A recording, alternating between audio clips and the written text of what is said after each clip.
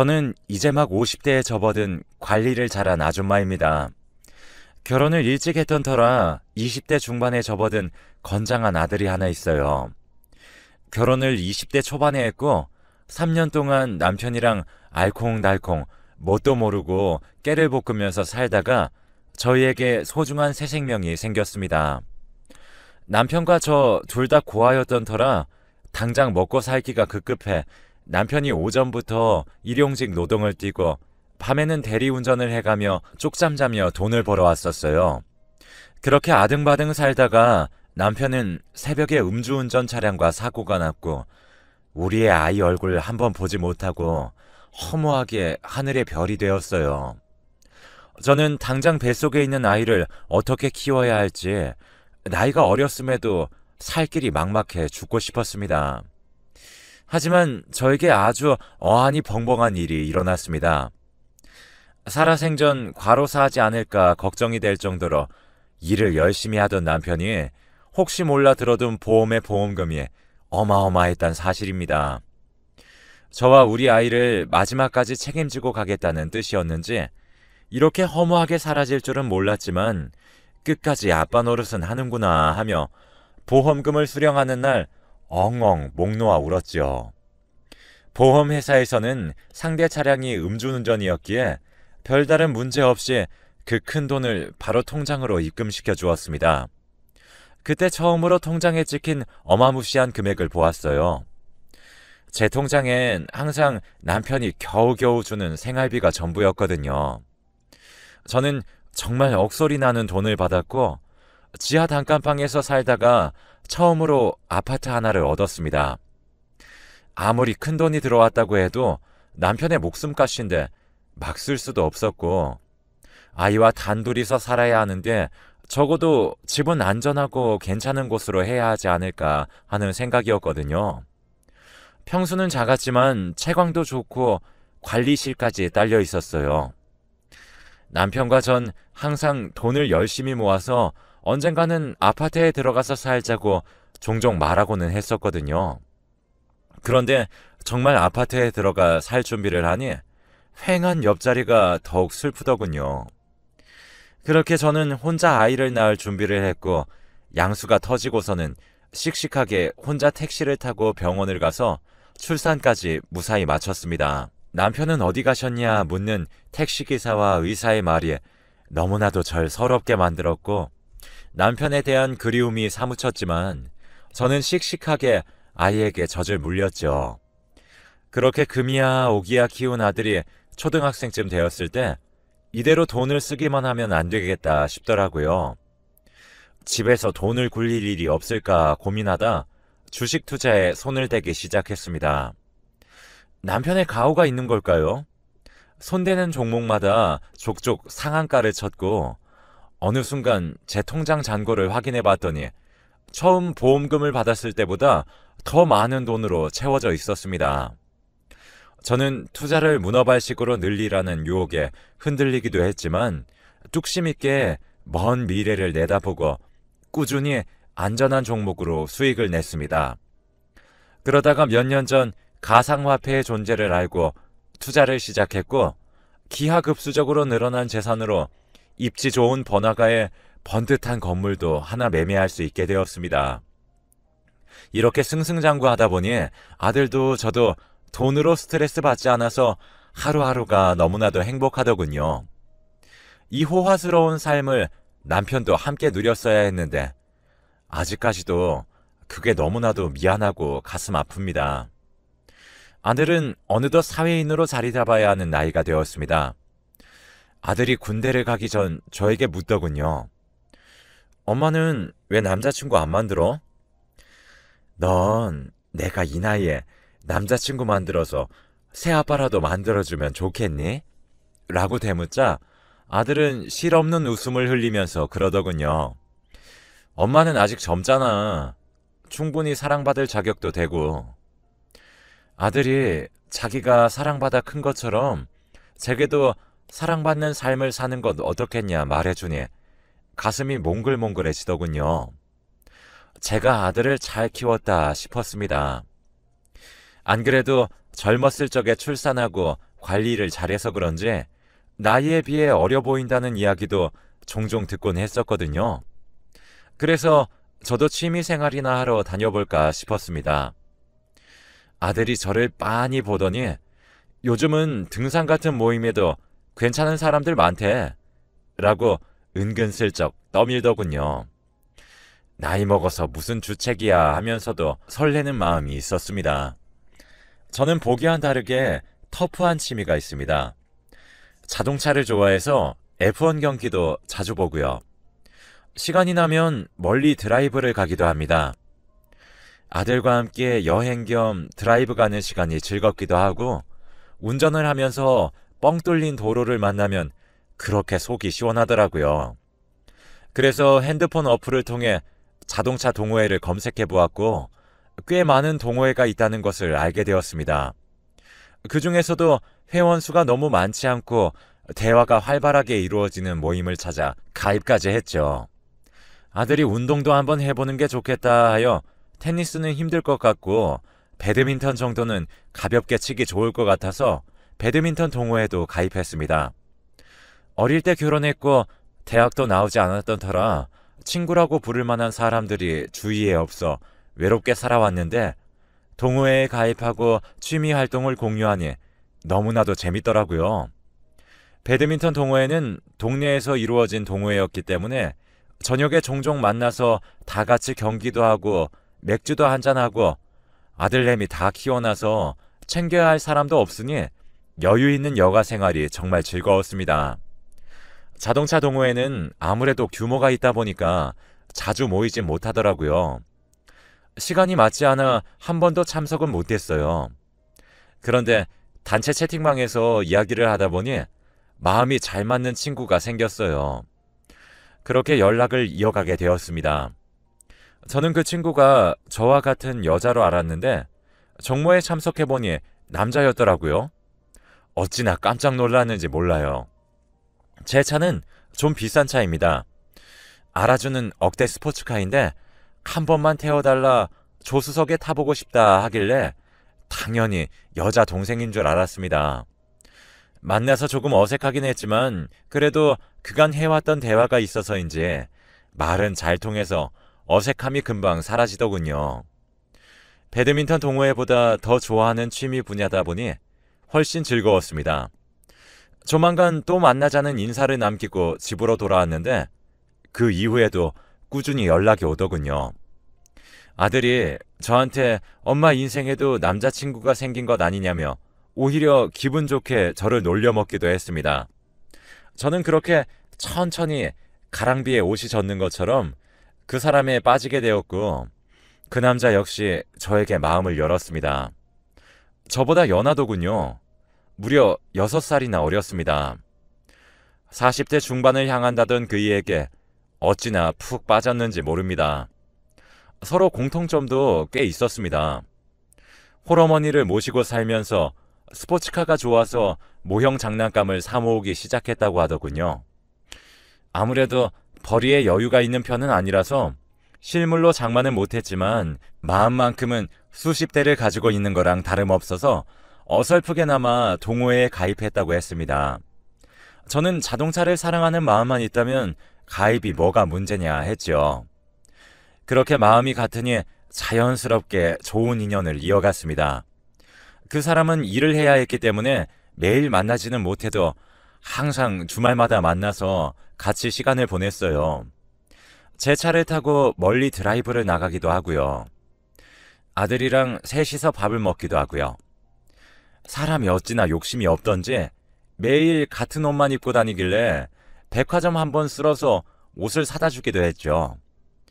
제 전남편과 이름이 비슷해서 명우씨 하고 부를 때마다 마음 한구석에 찡하게 울리는 그런 마음도 있었습니다. 제가 선물을 하나씩 줄 때마다 부담스러워하면서도 아이처럼 기뻐하는 모습이 좋았습니다. 홀어머니 때문에 주말밖에 만나지 못했던 처음과 달리 시간이 지날수록 평일에도 저와 함께하는 시간이 길어졌죠. 다정다감하고 대부분의 시간을 저에게 헌신하는 모습에 이런 남자 2번 다시 못 만나겠구나 하는 생각도 들었습니다. 아들도 제가 행복해하는 모습을 보고 한시름 났다고 하더군요. 그렇게 만난 지 6개월이 넘어갈 즈음 명우 씨 얼굴에 고민이 서리더군요. 저는 무슨 일이 있냐고 물었습니다만 며칠을 저에게 말을 하지 않더라고요. 제가 끝까지 추궁을 하자 혹시라도 부담 갖지 말라며 입을 열었습니다. 명우 씨는 홀어머니께서 동네 작은 구멍가게를 하시며 자기를 키웠다고 해요. 그런데 얼마 전 대형 편의점 쪽에 자리가 좋으니 편의점을 여는 것은 어떠냐고 제안이 왔었는데 생각보다 투자 비용이 많이 들어서 걱정이라고 하더군요. 그런데 거기다가 편의점 이야기가 나오자 건물주가 보증금도 올려달라고 했다고 해요. 수십 년간 한자리에서 버텨오신 분인데 이대로 쫓겨나면 억울해서 어쩌냐고요. 건물주는 지금 월세로 계속 내려면 적어도 보증금에 0 하나는 더 붙여야 된다고 돈 없으면 본인이 편의점을 열 테니 나가라 했다고 합니다. 그간 고생했던 지난날이 주마등처럼 스쳐가면서 저도 죽은 전 남편의 보험금이 아니었다면 명우 씨네 가족처럼 힘들게 아들을 키웠겠구나 하는 생각이 들었어요. 그래서 저도 큰 결심을 하고 보증금을 빌려주겠다고 했습니다. 대신 한두 푼이 아니니 제 이름으로 자리 계약을 다시 하자고요. 계약을 제 이름으로 할 테니 월세도 당연히 제가 내주겠다고 했습니다. 그간 고생하셨으니 이제 아들 덕도 좀 보실 때가 되지 않았느냐. 편의점을 하게 되면 장사도 지금보다 잘 될 테니 여유 있게 노후 준비하시고 아르바이트도 쓰시고 하시라고요. 명우 씨는 놀라서 눈이 동그랗게 변했죠. 그 모습이 어찌나 귀엽던지 주책맞게도 웃음이 터지더군요. 그렇게 저는 명우 씨의 생계를 도와주게 되었습니다. 재혼까지는 생각해보지 않았지만 이렇게 나를 챙겨주는 사람이 어디에 또 있을까 하는 생각은 하게 되더라고요. 기념일마다 꽃을 선물해 준다던가 제가 아플 때 한달음에 달려와 저를 간호해 준다던가 늘 제게 필요한 순간에 슈퍼맨처럼 나타났죠. 어느 날 그의 출근길을 배웅하다 연식이 오래된 명우 씨의 자동차가 탈탈 소리를 내며 움직이는 것을 보고 큰맘 먹고 명우 씨가 갖고 싶어 했었던 외제차를 하나 구입했습니다. 물론 제 명의로요. 보험 가입까지 완료한 다음 명우 씨에게 그 자동차 키를 선물로 주었죠. 유지비가 감당이 안 된다고 한사코 거절하던 그의 손에 차 키를 쥐어주며 유지비도 걱정하지 말라고 했습니다.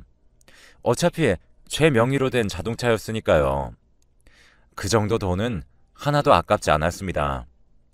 명우 씨가 절 얼마나 아끼는지 잘 알고 있었거든요. 그 이후 우리는 더 불타는 사랑을 했습니다. 명우 씨는 아주 작은 인쇄소에서 직원으로 일하고 있습니다. 그러던 어느 날 그 인쇄소 주인 부부가 나이가 들어 인쇄소를 정리하고 시골로 귀농을 한다고 했답니다. 한순간에 실직자가 되었다며 새로운 일자리를 알아봐야 한다고 하더군요. 나이도 나이인지라 막노동 아니면 할 일이 없다고 새벽부터 일용직 일자리를 알아보러 집을 나서는 명우 씨가 안타까웠습니다. 어느 날 소파에 앉아있는 그를 내려다보게 되었는데 그의 정수리를 보니 원형 탈모가 와서 휑하더군요. 머리가 왜 이렇냐 물어봤더니 스트레스성 탈모라고 했습니다. 뭐가 그렇게 스트레스 받느냐며 물었어요. 당신을 만나서 너무나도 행복한데 일자리가 없어 라고 하며 눈가가 촉촉해지더군요. 홀어머니께 이 나이가 되어서 생활비를 도움받으며 살 수 없지 않느냐고요. 본인 몫은 해내야 하는데 그게 안 돼서 스트레스를 받는다고 하더군요. 당장 생활비도 없고 앞으로 저를 만나러 오는 시간도 줄여야 할 것 같다고 하더군요. 그의 말에 저는 제가 가지고 있는 신용카드도 하나 주었습니다. 어차피 한도가 그렇게 크지도 않았고 명우 씨가 제 돈을 조금 쓴다고 해서 제 통장에 구멍이 나는 수준도 아니니까요. 저는 그렇게 알뜰살뜰 명우 씨를 살폈습니다. 어느 날 아들과 함께 집에서 저녁을 먹고 이야기를 나누다가 휴대폰으로 결제 내용 문자가 하나 날아왔습니다. 어느 고급 일식집에서 코스 요리가 결제된 문자였죠. 아들은 놀라서 저에게 카드를 분실한 것 아니냐고 물었고, 저는 대수롭지 않게 명우 씨에게 카드를 하나 주었다고 했습니다. 그러자 저희 아들 표정이 심상치 않게 변하더군요. 왜 그러냐 물었더니 저에게 아무리 연인 사이여도 카드를 이렇게 주고받는 일은 하면 안 된다고 훈수를 두더라고요. 저는 그런 아들이 또 기특하여 웃었습니다. 명우 씨가 얼마나 엄마에게 헌신하는지 아들은 모른다고요. 엄마도 다 생각이 있어서 한 일이니 너무 걱정 말라 했습니다. 아들은 이런 고급 일식집에서 식사할 일이 무엇이 있겠냐며 저에게 이 아저씨 엄마 돈으로 바람 피는 것은 아니냐 하더군요. 저는 그런 아들의 말이 기분 나빠 버릇 없다며 화를 내었죠. 온종일을 나와 함께 있는 사람이다. 오늘은 홀어머니를 모시고 식사를 하러 간다고 했다. 그래서 내가 지난번에 너와 갔었던 곳을 추천해 주었다. 네가 어떤 걱정을 하는지 잘 알지만 엄마도 바보는 아니니 이런 식의 참견은 불편하다고 쏘아붙이면서 말이에요. 아들은 입을 꾹 다물고는 한참 말이 없었습니다. 하지만 저랑 언성을 높일 일이 아니라고 생각했는지 이내 괜한 참견이었다 미안하다 하고 방으로 들어가더군요. 그렇게 모든 오해가 풀렸다고 생각했습니다. 홀어머니를 모시고 여기 간다 저기 간다 하는 일이 많아진 명우 씨에게 조금씩 서운해져 자꾸 어딜 그렇게 어머니와 나가느냐 했더니 슈퍼일 하시면서 단 하루도 쉬신 적이 없다고, 당신 덕분에 여유가 생겼으니 조금만 이해해달라고, 어머니가 살면 얼마나 더 사시겠냐면서 제가 부모가 없으니 그 마음을 잘 모르는 거라고 하더군요. 그 말이 꽤 상처였습니다. 자꾸 저에게 홀어머니 챙기기를 강조하면서 엄마가 없어 봐서 모른다, 부모가 없어 봐서 모른다 하는데 기분이 점점 나빠지더군요. 그러던 어느 날 밥을 먹고 급체를 한 것인지 계속 토를 하고 몸에서 열도 좀 나는 것 같고 어지러움이 계속되어서 구급차를 타긴 좀 그렇고 운전은 못할 것 같고 병원은 가야 될 것 같아 명우 씨에게 와달라고 부탁을 했습니다. 분명 그날은 명우 씨가 어디 간다고 했던 날도 아니었습니다. 하지만 홀어머니를 모시고 드라이브를 나왔다면서 저에게 택시를 타고 가라고 하더군요. 바쁘다고요. 저는 그날 너무나도 아프고 서러워서 택시 안에서 엉엉 울었습니다. 지구가 저를 중심으로 돌아간다고 했던 사람이 변한 것 같았거든요. 아프니까 몇 배로 더 서러워지더라고요. 저는 명우 씨에게 토라져 아무런 연락도 하지 않았습니다. 예전 같았으면 먼저 전화도 오고 문자도 올 텐데 그 역시 저에게 연락 한 통 없더군요. 이렇게 우리의 사랑이 식는구나 하는 생각이 들었어요. 며칠간 그와 연락을 끊어야 하나 고민을 하고 있던 찰나 아들이 저에게 긴히 할 말이 있다고 하면서 지금 지체하지 말고 미사리로 나오라고 하더군요. 저는 드라이브 코스로 자주 가던 동네라 한달음에 아들을 보러 나갔습니다.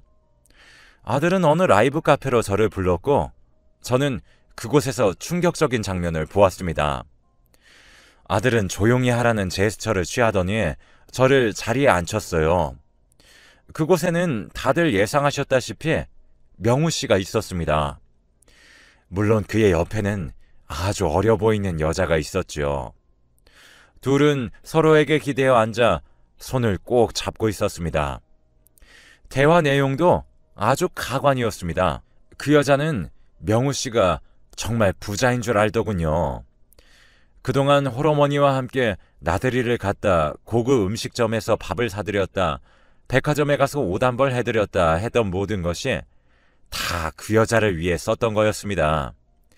그 여자의 옷과 가방, 구두, 액세서리 모두 알뜰살뜰히 제 카드로 긁은 거더군요. 이번에 새로 나온 가방이라며 그 여자에게 고가의 명품 쇼핑백을 건네더군요. 저는 거기서 눈이 뒤집혔습니다. 며칠 전 몇백만 원이 긁힌 카드값을 보았거든요.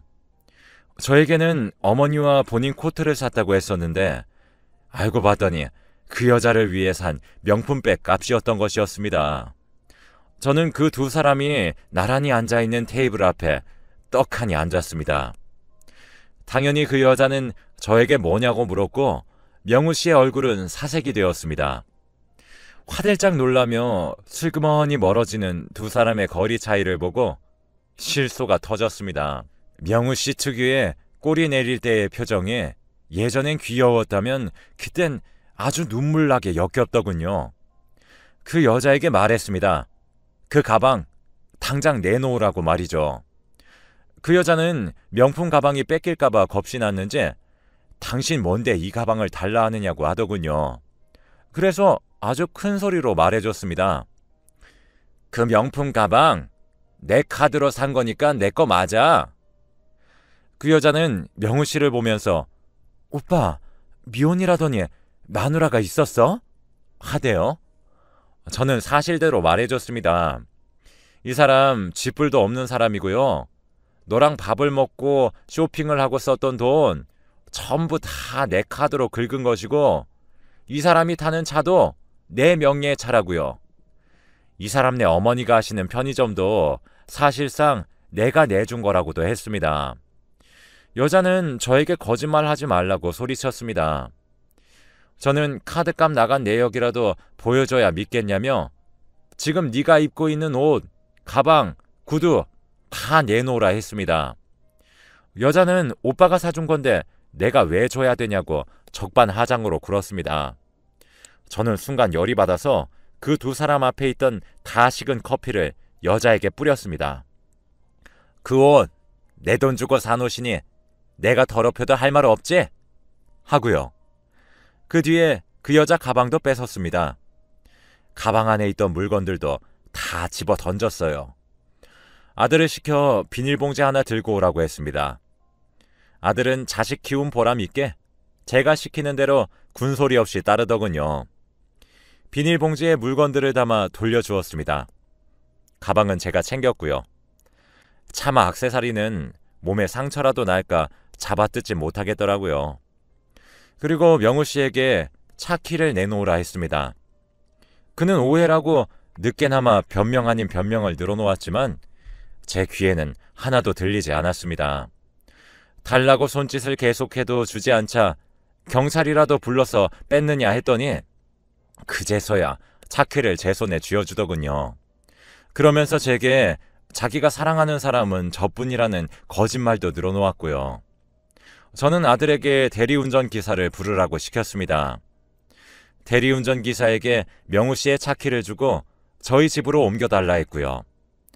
저와 아들은 각자의 차를 타고 미사리 라이브 카페를 벗어났습니다. 아들은 철이 들었던 것인지 저를 오히려 안아주며 위로해 주더군요. 그러면서 제 탓을 너무 하지 말라고 하더군요. 그 아저씨가 나쁜 사람이니까 죄책감 가지지 말라고 하면서요.